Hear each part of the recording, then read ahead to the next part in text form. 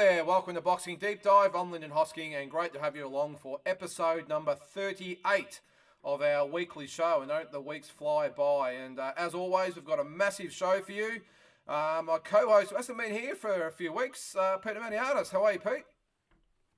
Great to be back, Lyndon. And I was up the Gold Coast. I know we're going to talk about that later, but a lot of people on the Gold Coast said, when are you back on the show? Is that right? They seem to like my maybe wacky ideas, mate. Maybe the wacky ideas. Well, we've obviously had Mike on the last couple of weeks, who, as you know, is just awesome to have on the show. He's so knowledgeable and he just brings something to it that I know I can't bring, and I'm assuming you guys, have a different type of a view on the way to articulate it. And he was just unbelievable, Mike. And I said to him, mate, I'd have you on any time. But you obviously know Mike really well as also, and he definitely brings a different dynamic, doesn't he? Yeah, Mike's awesome. He's an encyclopedia. Oh, certainly. And a great guy too.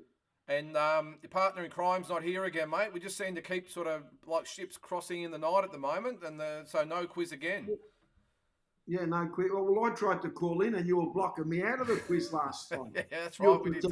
Fantastic. Yeah. I tried to call in 4 times. I'd had 4 coffees. I was ready to. Well, yeah, I was ready to go. I had the memory tablets in. Well, it's probably my fault because I had it in my mind that you weren't coming on, so I didn't have anything prepared for you to come on. So it was pretty much, sorry, Pete, you're on your own this time. So. But look, it'd be great to obviously have everyone back on deck soon. Tassie's got some stuff going on as well, so he won't be on for another week or so. But looking forward to having both you guys on. It always adds a little bit of spice, but I'm sure we'll do as best we can tonight without him. We've managed without him for about 6 weeks, so what's another week? Yeah, I'm sure Tassie will be back bigger and better than ever. Yeah, well, hopefully you've studied over the few weeks you've had off, mate. I'm sure you have. But before we move on, Pete, tell us a little bit about your trips overseas. What'd you get up to? I know a lot of it was you went overseas for boxing-related stuff. Tell us a little bit what you're up to. Yeah, I met up with Jerry Penalosa, who's a promoter over there. Met up with also Bobby Pacquiao, his wife Samir. They're looking to do events now. The new Parliament have come in, or Prime Minister or President, as they call it over there, Boom Boom Marcos. And she's Bobby Pacquiao's wife's the mayor of General Santos, and they get government funds to do events. So spoke a little bit about that. Met up with the Pacquiaos. Met up with Jerry Penalosa. Sorry to cut you off. Was it a surprise that he lost? No. The people in the Philippines, it was a big win for the Marcoses. Okay. They won quite comfortably. Wow. And yeah, Manny ran 3rd out of 10, so that's a good. If he wants to keep going, it's a good sort of benchmark. But yeah, met Bruce McTavish as well up there. He was Rick Staley, the first trainer of Manny Pacquiao, and it was good to basically mix around and met a few boxing people there and a few boxing trainers, and had a look at some people there. Look, boxing's starting to come back in a big way. That's one thing I've noticed. Everyone after COVID now is ready to go bang into it. Yeah, they certainly are, mate. Well, obviously, I'll get on to the Aussie news first, but geez, we did a show when I first got back a couple of weeks ago, the show that I did with Mike, and it was serious. We had to rush through everything because there was so much to go over, and we'll go obviously over a little bit of that tonight, but it's amazing what can happen in just a couple of weeks off. But at the moment, obviously there's the Nikita Tszyu fight is coming up. His brother's Tim was still waiting on the announcement there. There's obviously last week's fight we'll get into in a second, the Liam Wilson fight as well. I mean, there's so much going on at the moment, isn't there, in Aussie boxing? Oh, massive amount. And it's good that the promoters are really starting to put on events where they're not worrying about the bottom line. Even if it's not a bigger card, they still go to big venues and they still put the coin out. And obviously, when you've got Foxtel and TV and sponsors, you can do that. It doesn't affect your bottom line as much. But that just lifts the sport up again, doesn't it? Yeah, it does. And I didn't obviously mention there that Eddie Hearn was here. And I think, I said to Mike, I think we were the only 2 people in Australia that didn't get a selfie with him. Everyone seemed to be lining up to get the photos. But before we get into the Aussie news, what do you think about Eddie Hearn's sort of foray into Australia? I mean, obviously he's coming in big with Parrow and Jarvis. What do you think about that? And does he fit in with the no limit D&L model, or is he going to disrupt things? What's your take on it? Look, I think Eddie Hearn's a guy that is used to the big platform. So if he's going to come in, he's going to come in big. And obviously, he wants some Australian matchups just to get the Aussie public involved with him. So, I mean, the zone went from $4 to $13 bang in one go. That's triple the subscription fees. Is that what it is now? Yeah, it's 13. It went from $4 to $13. So I didn't check that. I didn't check my account. So you've got too much money, then it doesn't bother you. I didn't even notice it. Of course you wouldn't. They could have taken 13 grand out. You probably wouldn't have noticed. Probably could. I normally do look at that because it was $3 or $4, wasn't it? Now, so it's $14. Wow, I didn't know that. $13. But look, I think he's, you know, Frank Smith is offsider. They're coming in. They're going to come in and have a look. They've got obviously a number of Aussie fighters signed up, so they're going to rattle some cages. Don't worry about that. Yeah, and I don't think they do if they do rattle cages. I did have to laugh when Eddie said that he comes in peace and he's not looking to upset anything. Of course, he's not. He's coming in to take over. People like Eddie Hearn don't come in to work in with everyone, do they? They come to take everything. Yeah, well, look, you go through his patterns. I mean, he worked with Bob Arum, and now Bob doesn't want to work with him. Lou Dibb doesn't want to work with him because he's too competitive at what he does. Yeah. So he doesn't come in to work with you. He comes in to take you over. So they don't want to give him any strength, and that was the difference why Haney wasn't done with, with Eddie Hearn. It was done with Bob Arum, and Dibb controlled a lot of that as well. So. Yeah, look, Eddie Hearn, he's a go-getter. He's one of those guys. He got a Ferrari at 16 years of age. He was born with a silver spoon in his mouth. Not really a fighter. He's probably never been to the gym, never been hit once. Strictly a businessman, isn't he? He's strictly business, and he's a shrewd businessman. I mean, his father, Barry, I had something to do with about 20 years ago when I had fighters with Keith Ellis, and we had Mick O'Malley. He wasn't a bad bloke. He was a decent sort of knockabout bloke, Barry, but Eddie's a bit of a sort of yuppie. He gets in there, he gets the job done. He's charismatic. He does what he has to do, but make no mistake, he's going to take no prisoners. If there's there to be crashed through, he's going to drive the car 100k through the window and crash it. There's no doubt about that. He's not going to be sitting back. Yeah, well, interesting times, exciting times if you're an Aussie boxing fan, of course. But let's get on to the Aussie news as it stands. And there's obviously only one massive bit of news in the last few days. And, of course, it is Jai Opetaia winning the IBF Cruiserweight title with a 12-round decision over Maris Breedis. And, I never thought we'd be able to top a Harding Andrews or a Cambosis Lopez or a Horn Pacquiao. But, this came pretty close, didn't it? It did. And I was sort of sitting ringside next to Mick Francis, believe it or not, and Angelo Hyder, your good mate, and Andrew Maloney. Andrew Maloney, we're going over and John the Beast Mugabe. So he's some name dropping, Lyndon. He's some name dropping. Yeah. But I was a bit sort of anxious. I didn't like the way Joel was bouncing a lot early, and he was just doing too much energy early. And I said to Angelo Hyder, I said, I hope you can keep that up for 12 rounds because this guy's a seasoned 12-round fighter. And, Jai Opetaia showed me that this guy's a beast. And he just came, he's taken that. He's gone to another level. That was sensational. And Brightus, he's the number one cruiserweight in the world. I mean, he nearly defeated Issac. It doesn't get any bigger than what Jai Opetaia did on Saturday night. And he did it for 12 rounds.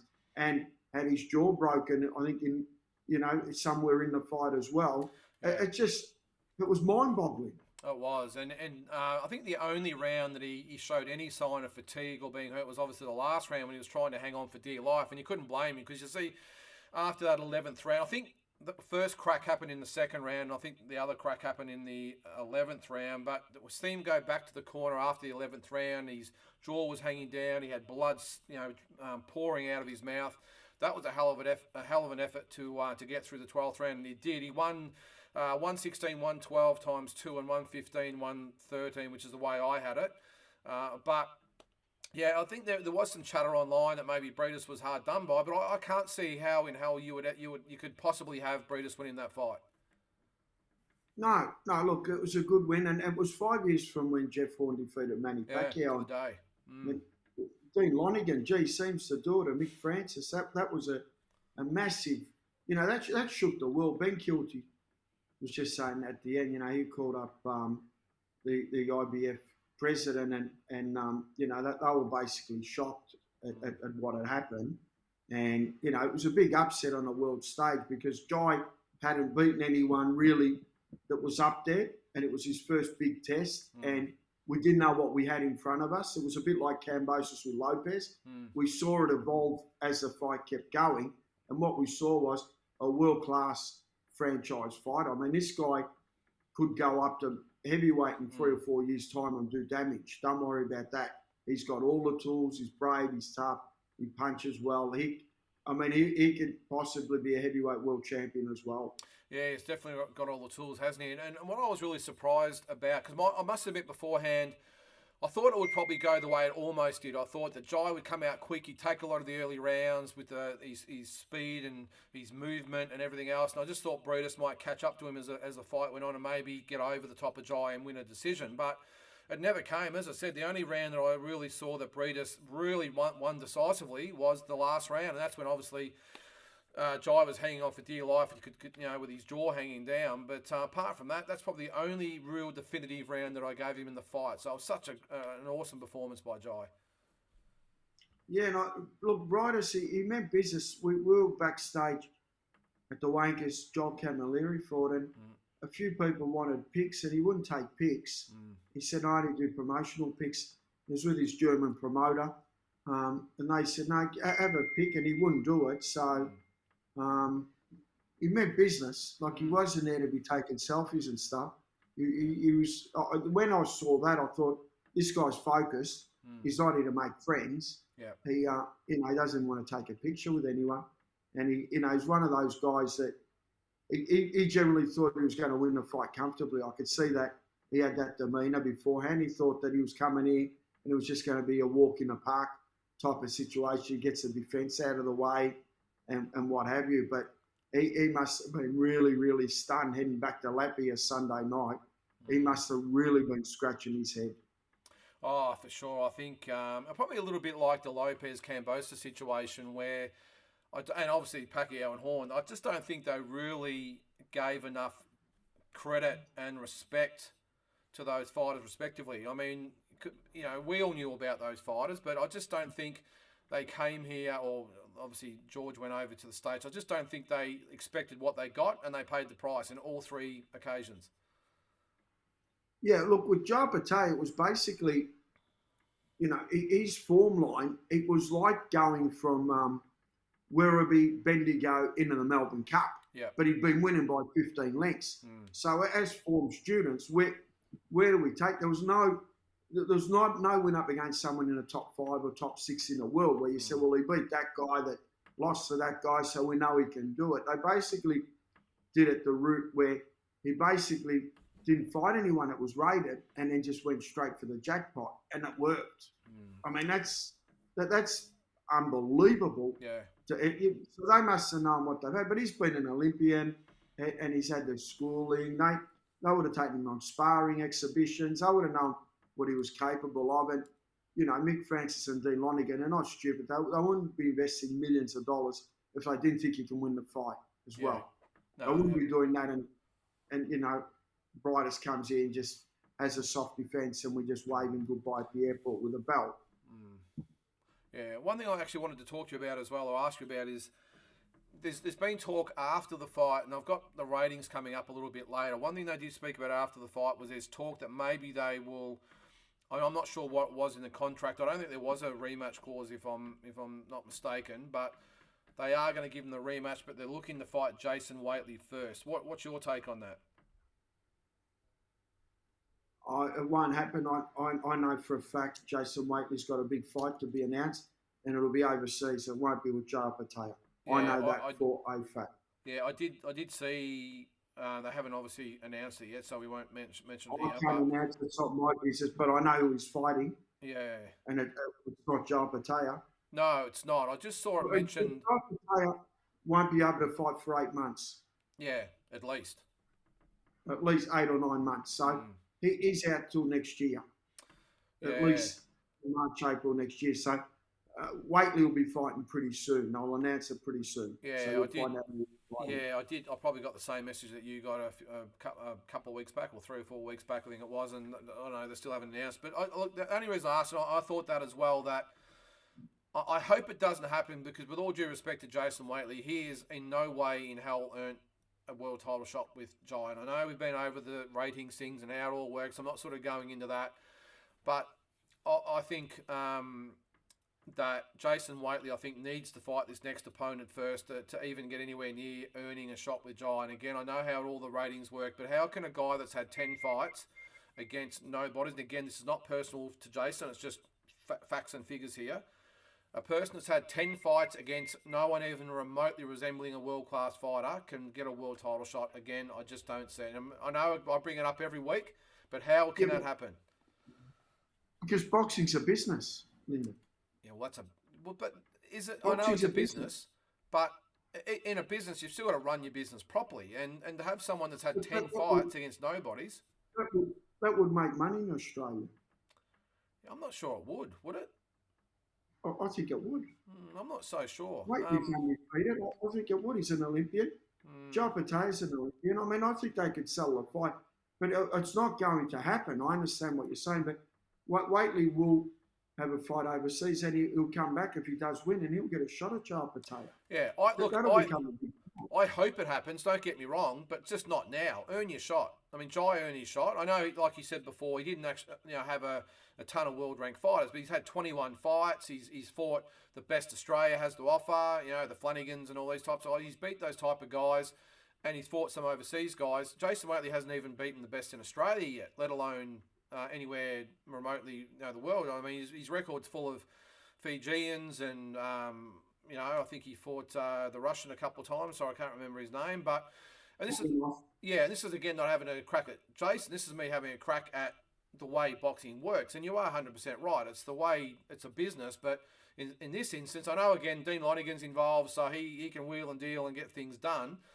I just, for the credibility of the fight, I just would hope that Jason has maybe even another 5 fights, so it gets him up to 15 before he has a crack at Jai, or anyone else. But you're right, it'll be big in Australia maybe, so I suppose Dean's a businessman as well, so maybe that's the fight he wants, but I just would like to at least see him have another 2 or 3. Anyway. Yeah, fair enough. So we'll see. One person on the undercard that didn't leave anything in there was our man Issac, the head splitter Hardman. Wow, he obviously came off the second round loss to Michael Zarafa. I think he did it in a really good way, where it was pretty much low key. He was low key for his standards anyway. But geez, he got the job done. I'm going to put the video up as we're talking here. But wow, what a knockout! Yeah. And Marcus seemed pretty confident before the fight, but that was just, that's just lights out, isn't it? That's a show reel. Yeah. Take that from ESPN, that's a show reel. And Hardman's got that world-class power, so if he hits you like that, you're going out. So it was a good comeback fight for him.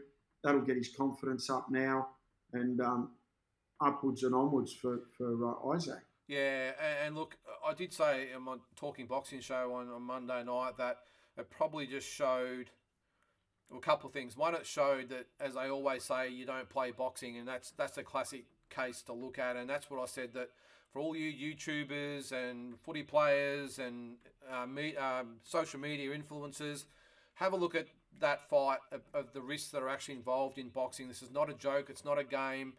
And it was really sickening to see, because his mum was there, his wife was there. I really hope his 2 kids weren't there. But it really hit home of what can happen in this sport, and it's not always nice, is it? No, but look, he would have realised what it was all about, and obviously, he went out on his shield, and it's boxing. He got caught by a big shot. I'm sure he won't retire. I'm sure he'll be back, and but not fighting Hardman, obviously fighting someone a bit less ilk, and I'm sure he'll probably put in a good fight. It's just one of those things. Many fighters get knocked out, many come back, many don't.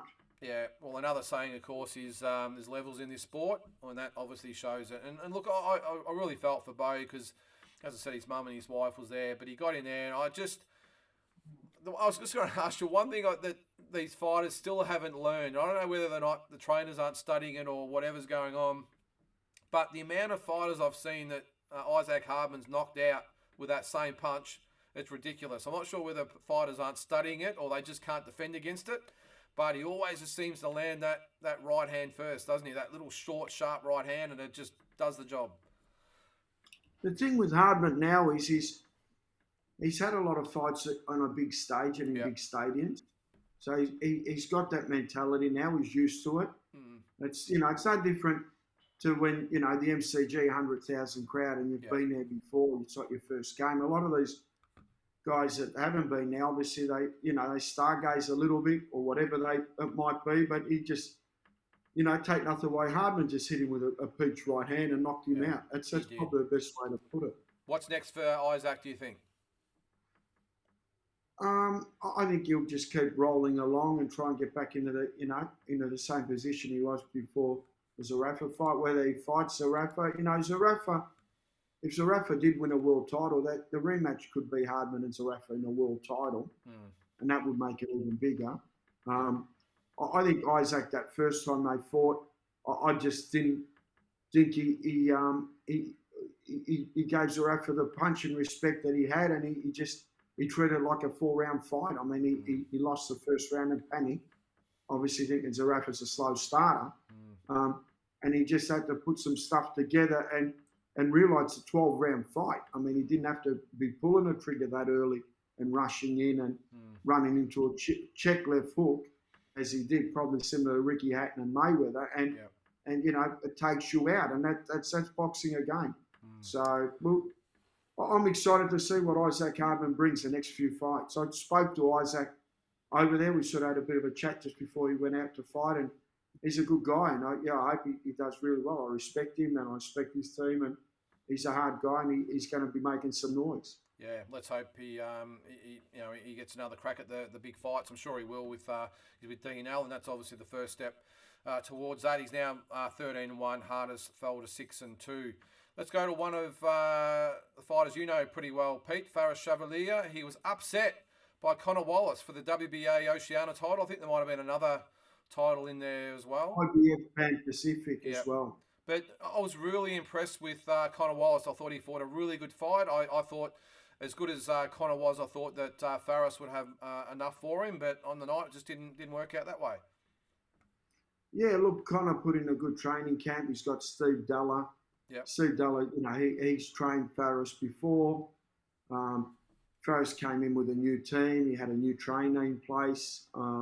He shifted to Melbourne, and it was a different sort of vibe for Ferrous. I thought Connor looked world class. Before the fight, I spoke to Mick Francis, and I said to Mick, I don't think Connor will win. I just think Ferrous has got too much poise and too much composure, just going on the Caparello and the Renal Quinlan wins. But Wallace, I take my hat off to him. He performed like a world-class athlete that night. He was just stuck to his game plan. He got caught with a right hook, I think, in the 8th or 9th round. It kind of unsettled him and wobbled him. And but he just came straight back from that, and he's got a good fitness instructor as well in the camp. So, I mean, he's going to get a world ranking now. So this guy's built a nice little platform for himself, and he's with Tasman fighters as well. So it's going to be interesting to see how he progresses. Yeah, I'm with you. I was really impressed as well. I thought he had a really good game plan. As you said, Steve Della and Luke Meldon, of course, used to train Farah, so they had a really good plan for him. They knew what to expect. One thing I was surprised at, though, was probably the lack of urgency of Ferrous. I know that tends to be his style anyway. He's a bit laconic and just does the job and just wins the rounds. But I was surprised. You could hear in the corner Lim Jacket was doing absolutely everything he could to get him up. But he really just struggled to change his tack, didn't he? And Connor Wallace, he had his moments obviously later in the fight, but I just thought Connor Wallace fought the perfect fight. Yeah, and I mean, Ferrous does the big weight cuts as Joel does, where Ferrous was 84.5 kilo the night before the weigh-in. Wow. So this might have been at 9 p.m. in the weigh-ins. So he had to lose, 5 kilo in 15 hours. So they all do it now, and I'm not a fan of that. No. I don't know why fighters do that. No. Because it enables them to eat what they want and be normal, and then just do a gigantic weight cut, make the weight, and then start eating and be normal again. So you only have to do the, it takes so much out of your body. Yeah. I don't know if it was that, but Ferrous did the same weight cut for his other fights, and it didn't affect him. So I don't know if that was the excuse, but I just think the fact that Conor was bouncy, his punches were straight, he was very fast, accurate on a night, he was sharp, and he landed good shots early on Ferrous, which got his confidence up. I mean, Ferrous doesn't normally get hit that quickly and that often where he's going back, and Conor just had those long arms, and they were just extending further than Ferrous's, and, hitting him clean. And scoring punches, and they were effective scoring punches, and he just kept building that up round after round. Yeah, he did. And how did you score it? How did you score it out of the 10? I would have given it 6 rounds to 4 for Conor. I thought Ferrous won a few of a couple of later rounds, but I thought he fought a good fight in that he didn't.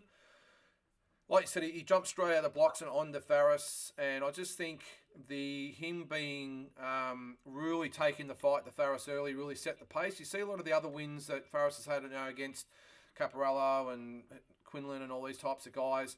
A lot of it, they almost tried to box with him, and that's obviously the worst thing you could do against Ferrous because he's such a really good boxer. I really like the fact that Wallace waited for his chance. He was an aggressive counterpuncher. He was aggressive towards Ferrous, but he made Ferrous punch first, and then he would come in with those power shots. And I think it was a really good game plan by everyone.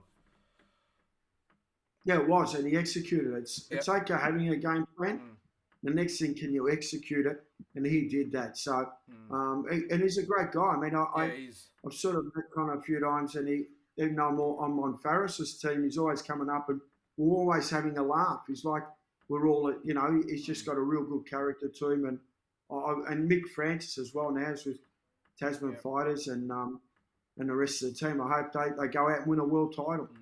Yeah, I'm with you, mate. Yeah, he's a good guy, and as most of the Irish fighters are, and as you said, he's with a good team. So, yeah, good luck to Conor Wallace, and I'm sure when the next ratings comes out, he's going to be very highly ranked. And we've got the ratings to go through pretty soon, and I'd like your opinion on them as well. So let's get on to your man. Didn't seem to fire on the night. Joel Camilleri was beaten again by Koa Mazudia over 10 rounds. I must admit, mate, I tipped Kamakayo to win the fight, and I was surprised at how flat he was. Is there any reason for that? Is that the weight cut as well, or Koa Mazudia was just better on the night? Look, I don't want to take anything away from Cohen. Cohen fought a great fight, and kudos to Cohen. So he fought a very good fight. And look, I just think Joel had a big weight cut, and he didn't have the best of preps, so he wasn't at his best, and he faded later in the fight. So he's got to address these issues now to what it was. And I don't think it was overtraining. A lot of people are saying it was overtraining. I think he was more sick. Yeah. But he had a good team. He had Paul Briggs in his corner. He had Dundee Kim. Had Stephen Edwards. He's got all the right A-listers in the corner. So, these guys are boxing experts and not fly-by-nighters. And Joel's had 30 pro fights. So everything was put there, but Joel just didn't seem to be able to finish off the fight, because I spoke to Brad McCarley today. He said, because he was the supervisor, it was 2 titles up. After 6 rounds, the fight was dead even. So, if you've got a guy that's had 30 pro fights and another guy that's had 11 pro fights and it's a 10-round fight and the fight's even after 6 rounds, I'm going to go to the bank and I'm going to put on the guy that's had the 30-round fights. Yeah. He's had so many 10-round fights. That's how it normally happens. They close the show. Well, it didn't happen that way. And that's what the sort of confusing thing is. Joel actually slowed down and got a cut as well. Yeah. But take nothing away from Colin. Mazzilli, he's going to do a lot of upsets. I mean, he's a good kid. He's tall. He boxes well. He's got good range. He can take a shot. He's tough. Yeah. He's charismatic. I think he's going to make a lot of noise. He's got a good trainer too, and Rodney Williams. I think in this case too, sometimes you find that no matter the experience levels or quality of opposition or whatever it might be, sometimes styles just, as they say, make fights. And in this instance here, maybe Koa Mazzudi's just got that style that just upsets Joel. I mean, it happens. It just happens sometimes that some guys really struggle against someone just purely based on style. And I saw Cullen Mazzutia get stopped by Wade Ryan like everyone did, and that's why I thought there's no way that he's going to beat Joel, and that was the first time. And I thought the first fight, that Joel might have just went through the motions a little bit and almost expected to win and got upset. I really expected him to make amends this time, and obviously it didn't happen. But as I said, sometimes some fighters just don't fight well against other fighters. No, look, they were seesawing rounds. He lost a split decision. Yeah. One judge gave the fight to Joel. So, those seesawing rounds, Cullen just seemed to be flashing a bit more and stealing them. So credit to Cullen. One thing, you never ever take the credit away from someone that's won a fight. And Cullen deserves the belts. He won that fight because the judges said he did. And I want to be gracious to the fact, because I'm with John, I said the same thing to Joel. And Joel's one of the most gracious defeated, but he understands how the game works. So we're not going to make excuses because Cullen won the fight. And Cullen sort of reminds me a little bit of Michael Zarafa. He's not obviously as talented as Michael, but he's got that similar type of boxing style, similar physique, similar cockiness. He's sort of a sort of a poor man's Michael Zarafa.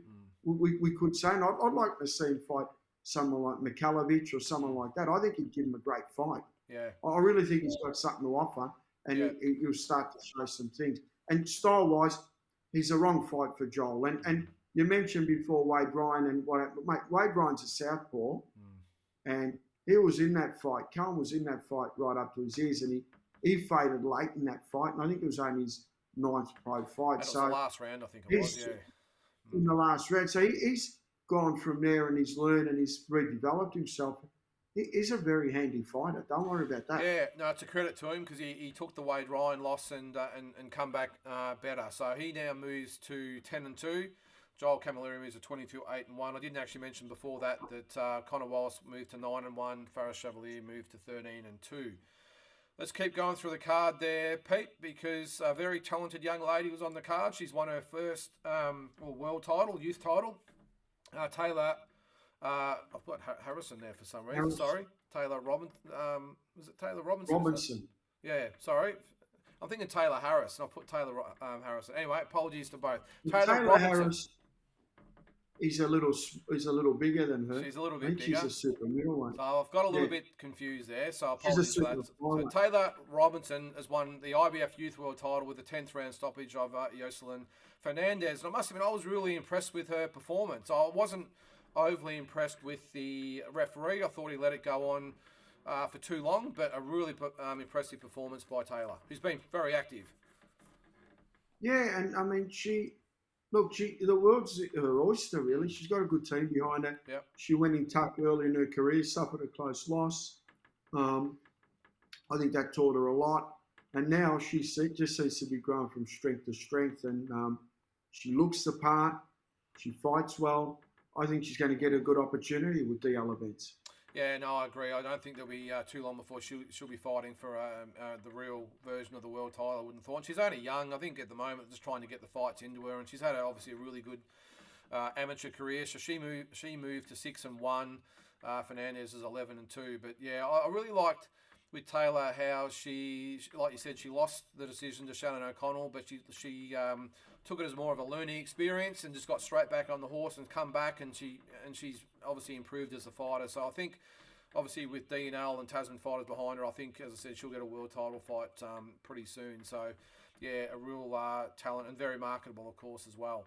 One last fight on the card, mate, was, there's a couple in there, but the one that was main ones that we're talking about was Dana Coolwell, 4th round stoppage of Lorenz Ladrada.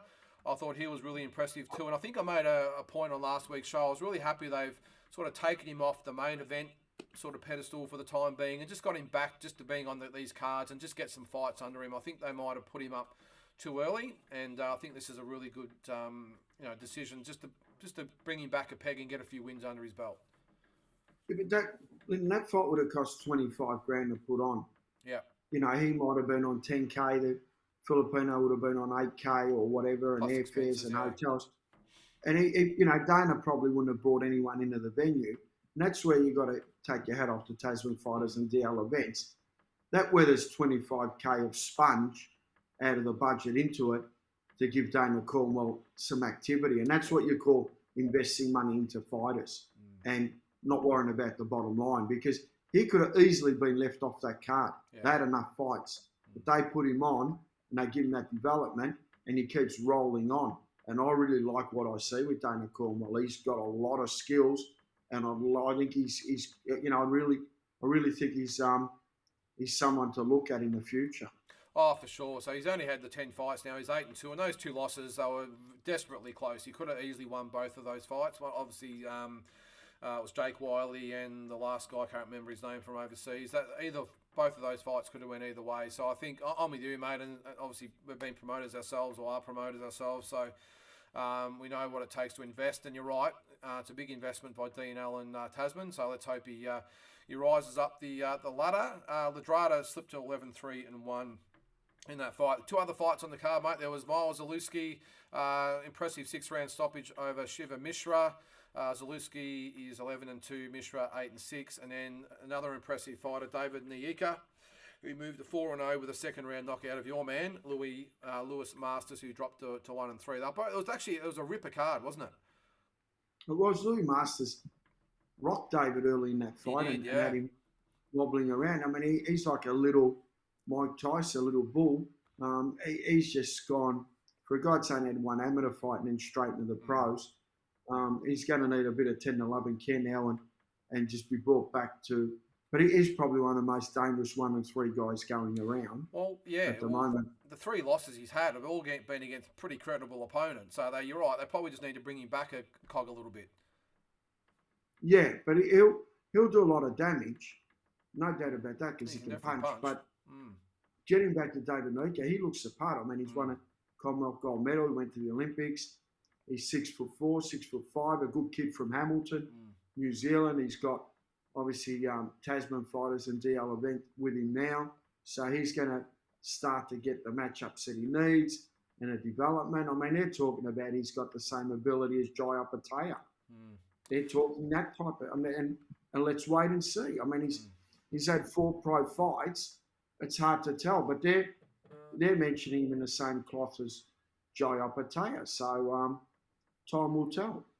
Yeah, no, definitely looked the part, as did Akuso the week before. He looked the part as well, I've got to say. I know we went over that last week's show, but I had to give him a mention. He's Paulo Akuso. He's a gun, that guy. So some exciting fighters coming out, mate. One more thing on the Australian boxing scene this week. There's only one card this weekend. It's the Ace Boxing event at the Mansfield Tavern.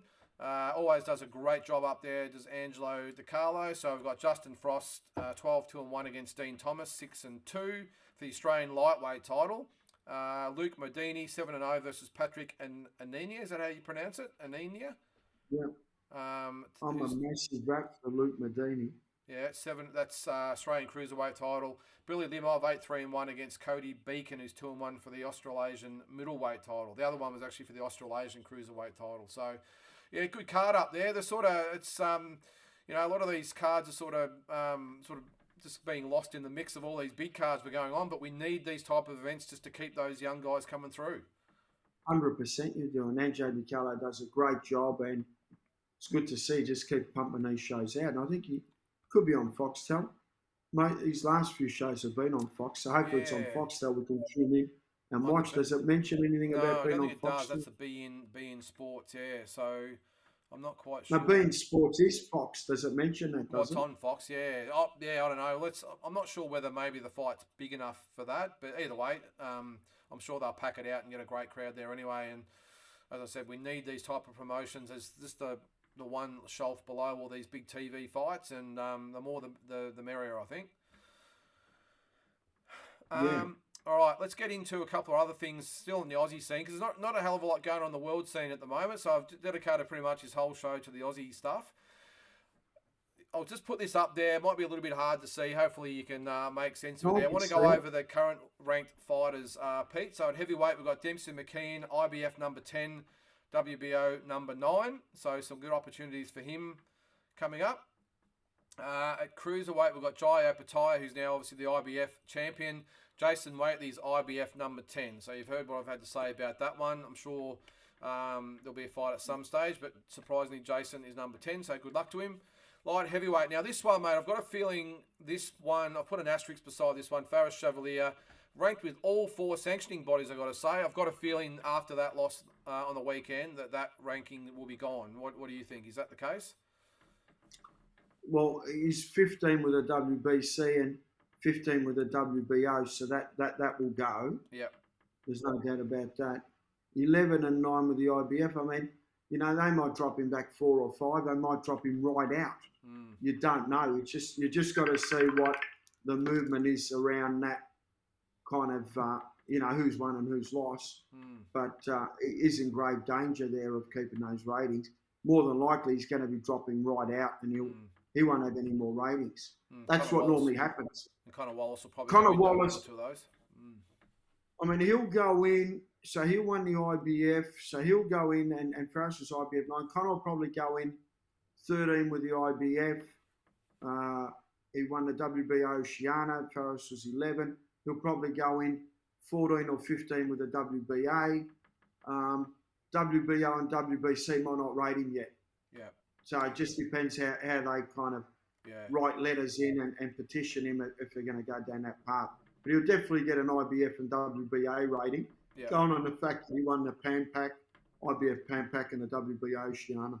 Okay, so super middleweight. This one actually surprised me with Jai Opetaia is now ranked in the WBA number 15, and obviously the champion there is Canelo Alvarez. So obviously managed by Mike Altamura. So that's some good managing there to get him in the top 15 at such an early stage of his career as well.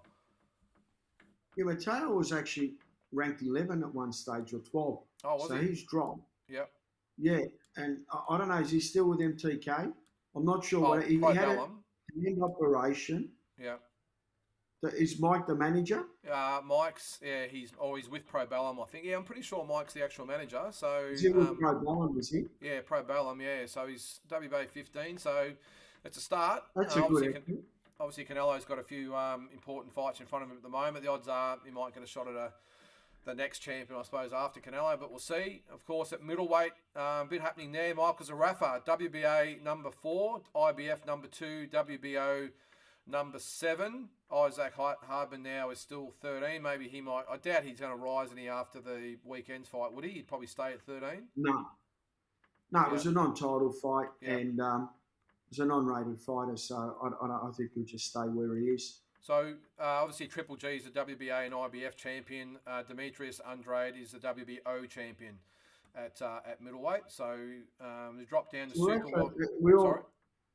It's no secret he's looking at an IBF vacant title because Triple G might vacate. Falco is with Top Rank. I mean, they're talking about it, whether it's going to be on a Cambosis card, whether it's going to be on one of the other cards where they can actually put it. It depends, obviously, on the management. Yeah. The Brazilian's a silver medalist in an Olympic level. He lost to Murata, so I think he's 32 and zip as a pro.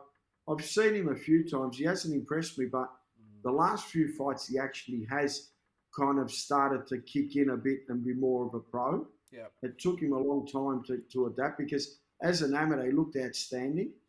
And that's why Top Rank obviously signed him up. But it just took him a long time to get back to to adapt to the pro style. And he has, the last few fights, he's gone the best he's ever gone. So him and Zarafa would be a good 50-50 fight.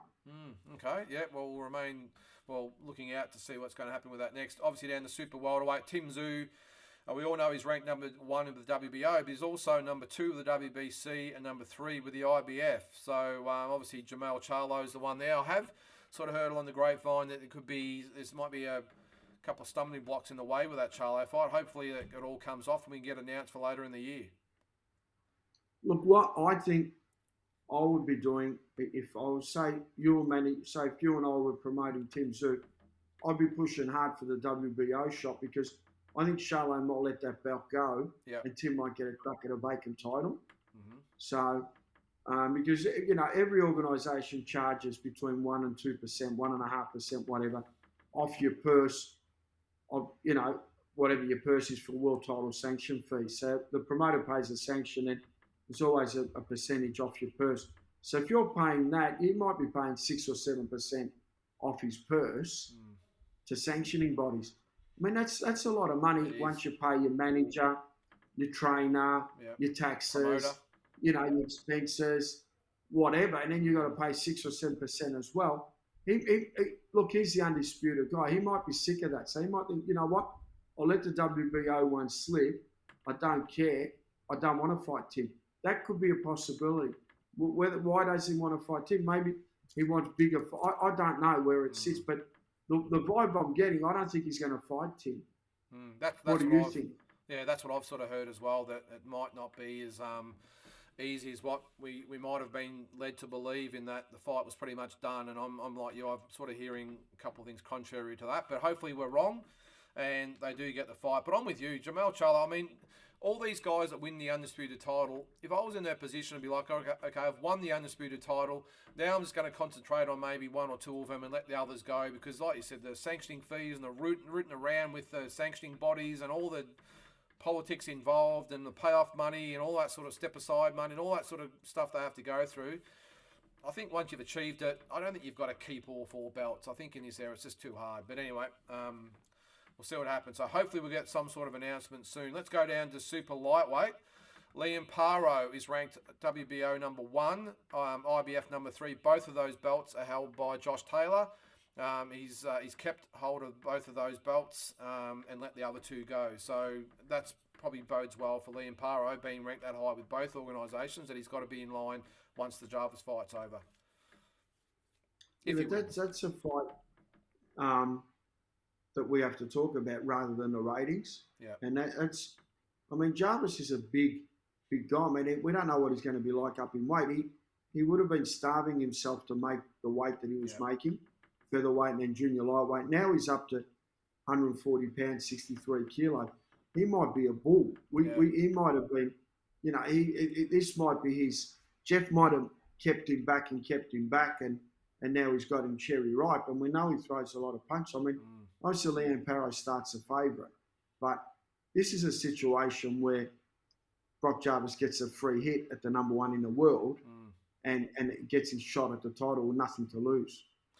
Yeah, well, and I think I mentioned to Mike last week, we agreed that Alfie DiCarlo certainly didn't look that impressed about it at the press conference that they had the fight in. But I sort of agree with you with Brock Jarvis. I think he's got that big frame that he could probably go right up to even like up to junior middleweight. I think he's just got that frame and the build that he could take it. So I'm with you. Maybe Jeff has said, you know what, none of this wasting away now. We're gonna let you. Obviously, come down a few pounds, of course, but we're going to let you be big and strong and just unleash him at what the proper weight he should be. So it'll be an interesting fight. It's a danger fight for Liam Parrow. I'm with you. I think Parrow starts favourite, but would not be surprised if Brock Jarvis can pull that off, because, of course, we're talking about Jeff Fennick here, who wouldn't take the fight unless he thought Jarvis could win. Yeah, 100%. It's going to be interesting, and Fennick obviously knows, because we keep hearing how good Jarvis goes in sparring. Yeah. Like Jeff Woods, I remember 5 years ago. And when he's sparring, obviously he's not doing weight cuts and stuff. So he's obviously big, strong, and effective. So it's going to be interesting to see. Now, at 63 kilo, 140 pounds, Jarvis shouldn't be doing too much of a weight cut because he's fought at junior lightweight. He should be able to make that weight quite comfortably, not have to sauna, not have to do the hot baths and what have you. So he's going to go in basically as he does sparring and walk in there and be strong as a bull, I think. And Liam Parrow, he's a world-class fighter. Yep. He's earned the right to be 3-1 in the world. This is really a no-value fight for Liam Parrow. Unless he's getting massive amounts of money. I don't know what type of money has been put on the table, but knowing Eddie Hearn, he would have put, the common denominator with boxing's money. He would have put enough money to get him to fight. So obviously they're getting way, way more than they would be fighting other people around that same level of each other as well. So he's probably paying them double what they normally get just to get him in the ring and to make a statement to Australian boxing. Yeah, well, I can't wait. I think it'll be a ripper fight. So let's go down to lightweight. Of course, George Kambosos, still ranked pretty high in all 4 organisations. WBC number 4, WBA number 7, IBF number 5, and WBO number 5. And this was a little bit of a surprise as well. Billy Dibb, I've spelled his name wrong there. Billy Dibb is actually ranked in the top 14 of 2 organisations. I didn't actually expect that one. no, good effort, and obviously coming off his win, and Billy Dibb's been a former world champion as well, so he's got a good name. So they've put him in the ratings, which makes it interesting for a Cambosis and Dibb fight down the track. Yeah, no, for early sure. next year. I think that yeah, would be no, very interesting. yeah, no, I agree. And of course, Devin Haney is the champion in all four straps there. So super featherweight. This one's actually entertaining. And probably put an asterisk beside Brock Jarvis, of course. I don't think he's going to be ranked at super featherweight for much longer, but he's there at IBF number 8, WBO number 12. Paul Fleming, WBA 12, IBF 14. I expect D&L to really get behind him and give him a push for the remainder of the year. Liam Wilson, IBF 15, WBO 5, and Bilal Dibb, WBA number 14. So at that weight, the WBA champion is Roger Gutierrez from Venezuela. The IBF champion is Joe Cordina from the UK. And the WBO champion is Shakur Stevenson from the USA. Yeah, look, it's a packed division, isn't it? Who would you have as a leading guy in that division? Well, I think if you take away Brock Jarvis. Well, right at the moment, I'm going to take Brock Jarvis out of it because I don't think you'll see him at super featherweight anymore. I would think right here at the moment, I'd still say Paul Fleming, but give it another year or 18 months, it'll be Liam Wilson. You know, okay. He's a great so, and Bilal Dibb's hunting up as well. I mean, he's very talented. Yep. So he's up there as well. So that's going to be an interesting division to see where they all go. Yeah, no, it should be. Super bantamweight, really impressed by this young man, Sam Goodman, IBF number 7, WBO number 14. The champion at IBF, or the IBF champion is, I'll try and pronounce his name, Marodion Akhmadalov or something like that from Uzbekistan. And the WBO champion is Stephen Fulton from the USA. So, again, with no limit behind him, give him another year. And this guy might be knocking on the world title, door of a world title fight as well.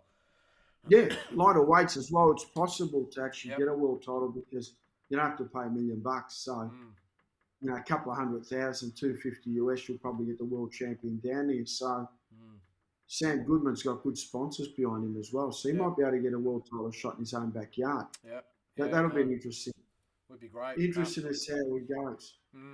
And then at bantamweight and super flyweight, of course, are our boys, the Maloney twins. Jason Maloney, ranked number 1 by the WBC and WBO, number 8 by the WBA, number 6 by the IBF. At that weight, Naoya Anui from Japan has got all the belts bar the WBO, which Paul Butler from the UK has. And at super flyweight, Andy Maloney, WBC and WBA number 5, WBO number 6. The champions there, Juan Francisco Estrada from Mexico has the WBC and WBA title, and Kazuto Ayaka from Japan has the WBO belt. But these boys, I've got no doubt, maybe later in this year, if not early next year, both of them I think will win. Will fight for world titles. What do you think? Winning's another thing, but I think they'll both get chances. 100%. And I mean, Jason possibly could fight Casimiro. Yep. Because Ulanai will fight Butler, it looks like, to unify the titles. Oh, is that right? Okay, yep. Well, that's what they're saying. He wants to do that, and he doesn't care if it's in Japan, America, or Britain. So, I mean, he's become now a big commodity. He can do whatever he wants. He does that, and then what will happen then is what I'm told is he's going to move up in weight, and all those belts will be all vacant. So as soon as he beats Butler, he'll move to super bantam. Yeah, I don't think Jason would probably want to take it on Inoue again. I don't think Inoue would probably would want that fight. He's obviously done the job the first time. So, but it opens up the door for Jason. The super flyweight ones are the interesting one for me because Andy Maloney, to have Juan Francisco Estrada, of course Aoka, as I said, with the WBO champion, but also Rodriguez and Gonzalez, and I mean some great fighters of that weight division. Jesse Rodriguez is the best. He could possibly be the best one in that division. Yeah. And he's a twin brother to. I don't know if they're twins, but he's the same. He's a brother to the guy that Andrew Maloney fought 3 times. Oh, that's Franco, isn't it? Yeah, it's Jesse Rodriguez Franco. Ah, okay. So, geez, that would be ironic, wouldn't it? Yeah, they're both brothers, and they're both with Garcia. Yeah. Jesse Rodriguez Franco is a lot better than Joshua Franco. Yeah, I agree. He's a lot better. He's probably going to be the best guy in that super flyweight division. And he could have made flyweight. He was a touch small, but he just said, bugger it. They're not twins because he's a bit younger. He's a younger brother. Yeah. But they're definitely full brothers because Joshua Franco is really Joshua Rodriguez Franco as well. Yeah. So he just took the Rodriguez out. So, look, they're both brothers. They're both world champions. Andrew Ioka would be probably the best bet for Andrew. Yeah. I've seen Ioka fight. He's pretty good. I think Andrew has got a tougher task to fight for a world title than what Jason does, because all you need to do now for Jason is wait for Ulanai just to vacate all the belts. And he's got number 1 WBA and number 1 WBO. He's going to be able to pick who he wants, and Top Rank will be able to put that on. So he's going to be in a position where he's going to be in one corner. If he goes the WBO way, I know he'd have to fight Casimiro. So you probably wouldn't go down that way because he's probably the best out of the rest of them. You'd probably go WBC. I think Atai's the number 1 bantamweight with the WBC. He's got a big record but hasn't fought anyone. Jason would just demolish that tie. It wouldn't even be a fight. So I'd probably, for a vacant WBC title, I might go that way. I mean, this is all speculation, of course, but that's probably the way it's going to go. There'll be a stack of vacant titles once Ulanai unifies and moves up. Exciting times for both boys and a lot of other Aussie fighters there. Let's just quickly go over the girls. At featherweight, we've got Beck Hawker, WBA number 7, IBF number 13. And Sky Nicholson, after 4 fights, mind you, is now the IBF number 15. At featherweight, the WBA champion is Erica Cruz from Mexico. The IBF champion is Sarah Marfud from Denmark. So I think Beck Hawker now, she's fighting... Is it in September for one of these titles? Do you know which one it was? I probably should have done some research. I'm sure, but I know I've seen Beck Hawker fight. She's brave. She's all heart. She's a policewoman. I think she's only 21 years of age. Could be 22 now. It'd be interesting to see her fight Sky Nicholson, wouldn't it? That'd be a good All-Australian derby. It'd be a good fight. And no doubt Sky Nicholson will win a world title at some stage too, I would think. Yeah, I mean, maybe Matchroom will put that fight on. Yeah. That's an interesting division. I hope both girls go on and really cement their place because they're both great fighters and they're great ambassadors for the sport. Yep, certainly are. Super bantamweight, Shanika Johnson is the IBF champion. Now, put an asterisk there because it's a girl I've never heard of before. I'm not sure whether you've heard of it. Avril Mathy, I'll pronounce it. She's IBF number 8. Now, I've done some research and she's actually born in Australia but actually lives in the States. So they've got her on as an Australian. But I must admit I wasn't aware of her. I don't know. Did you know who she was? Or No. No. So, no, but I definitely know Shanika Johnson, and you do as well, Indy. Yeah. I mean, look, it's good Shanika's where she is. She deserves it. Yep. And hopefully she gets some good fights and good paydays. No, for sure. So we'll see what happens there. At bantamweight, that's where all the action is. Ebony Bridges is the IBF champion, but she's got shotgun Shannon O'Connell right there in front of her. Shannon is the WBC number 8. WBA number 1 and the IBF number 1, of course, to Ebony Bridges' titles. The other champions there, WBC, is Julian Luna from Mexico, and Jamie Mitchell has the WBA title. She's from the USA. So now I've been on about this for quite some time, especially on my Talking Boxing show, but surely the Bridges-O'Connell fight's got to happen at some stage. Oh, it definitely will, I feel, because... they've both got good promoters behind them, and it makes sense for that fight to happen. Be an interesting fight as well, wouldn't it? Obviously, you're a big Shannon O'Connell fight, but no limit and Matchroom can talk and try and get that fight on. I'm sure, if they really wanted to do it, they could do it, and it'd be a great fight for Australian boxing. Oh, it would be, and I think. Well, I know Shannon O'Connell would take it in 2 seconds flat, but I think the stumbling block might be whether.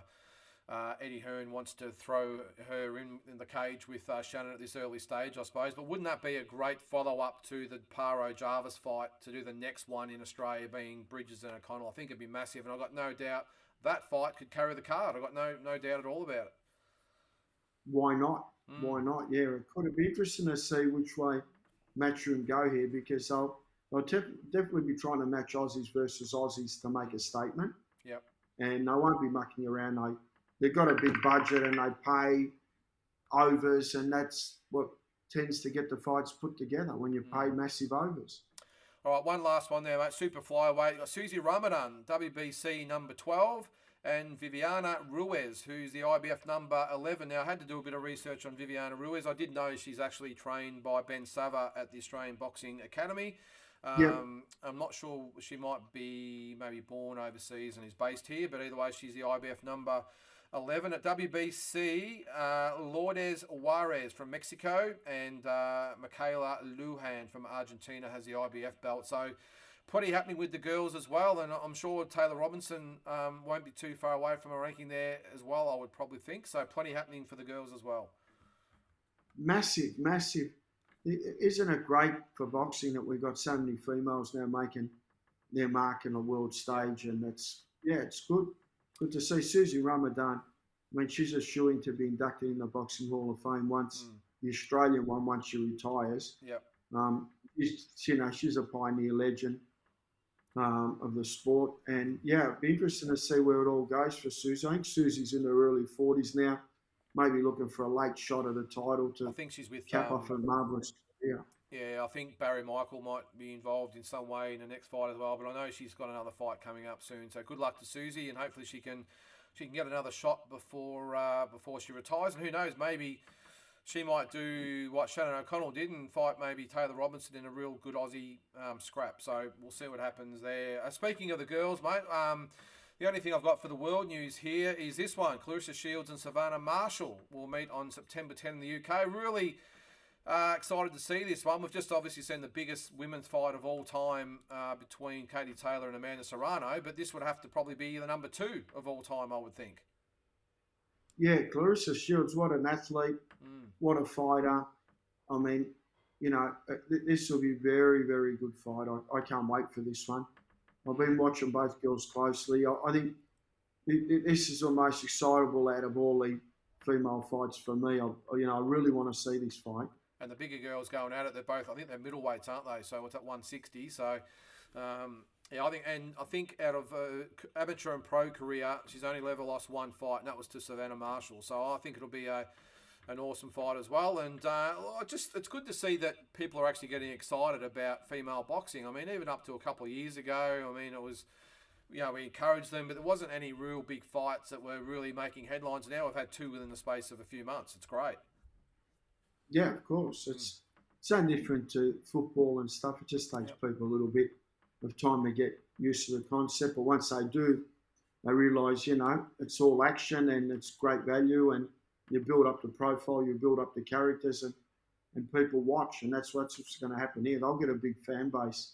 Both girls have got big fan bases anyway. I'm sure they'll get a real big crowd for this one.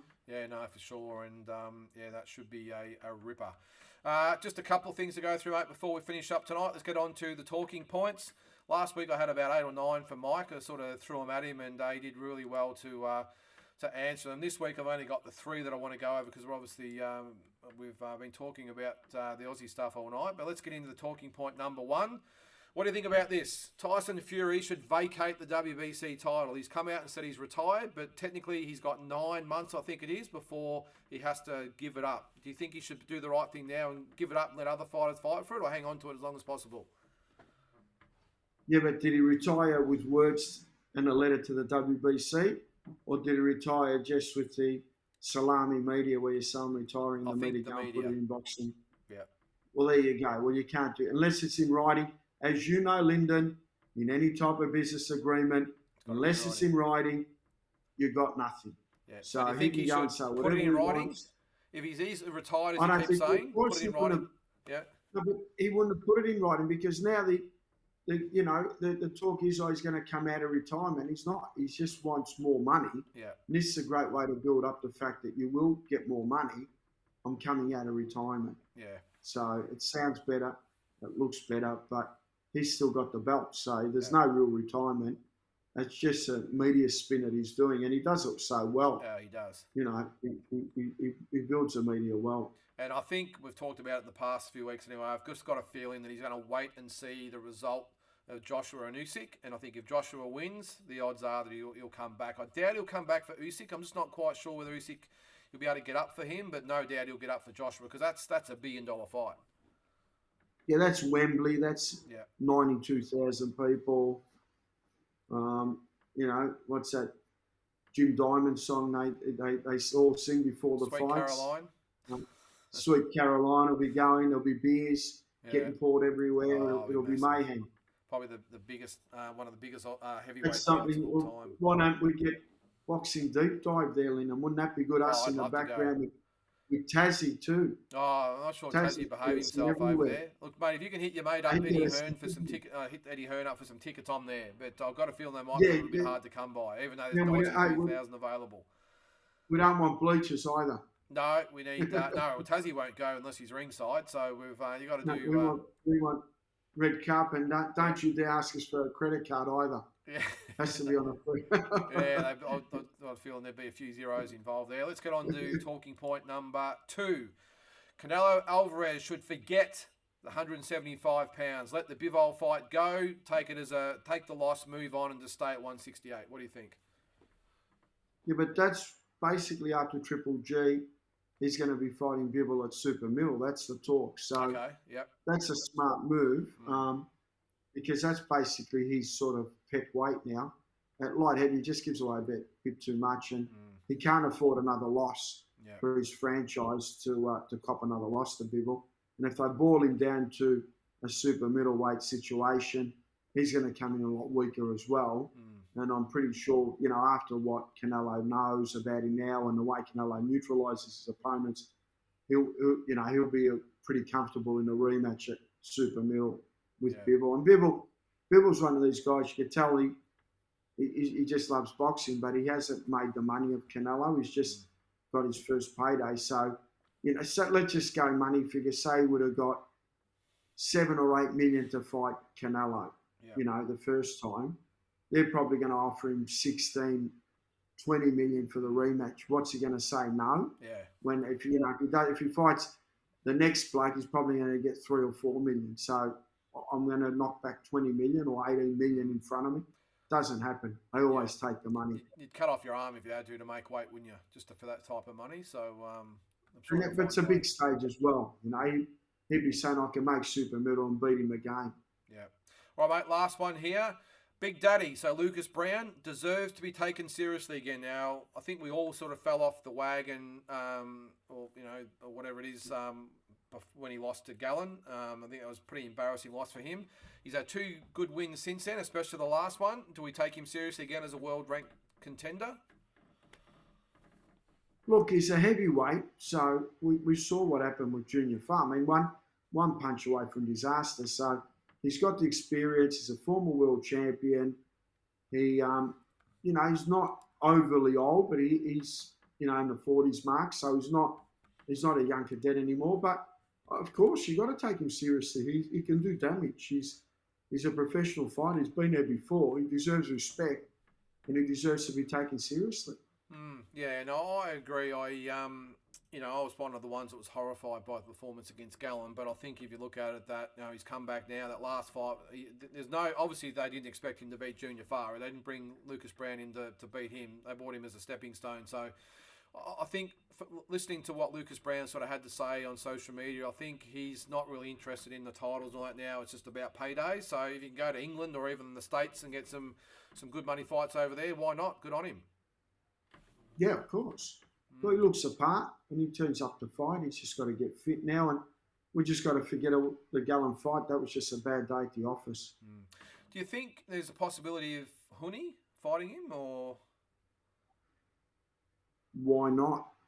Why not? McKean even. Dempsey McKean could maybe fight him on a Eddie Hearn show, maybe. Yeah. Why not? Why not? Yeah, he's put himself in the mix now. And good on him. Isn't it funny how in boxing you're only sort of as good as your last fight, aren't you? And I mean, he looked finished 2 fights ago, and now he's on top of the world. Yeah, that's obviously he still believed and he still kept going and he put himself in a position now, and now he is bearing the fruits of it. I mean, he could get a nice payday out of all this. Yeah. All right, mate. Well, that's about it for this show. I think we got some really good info out there tonight, especially the Aussie stuff. I really like going over the rankings and maybe next week I might pull out the top 10 for you to have a look at in the Australian scene and maybe even the world scene, and maybe once a month or something we'll pull out the rankings and just see what's happening with the Aussie boxers. But mate, great to have you back. It's been a few weeks, so awesome to have you on the show again, and look forward to maybe your partner in crime being back next week. Yeah, looking forward. Hopefully Taz is back and the quiz is back as well. Will be, mate, for sure. No, all right, mate, you have a good weekend, and we'll catch you next week. All right. Thanks, Lyndon. See you, mate. Cheers, mate. Great work.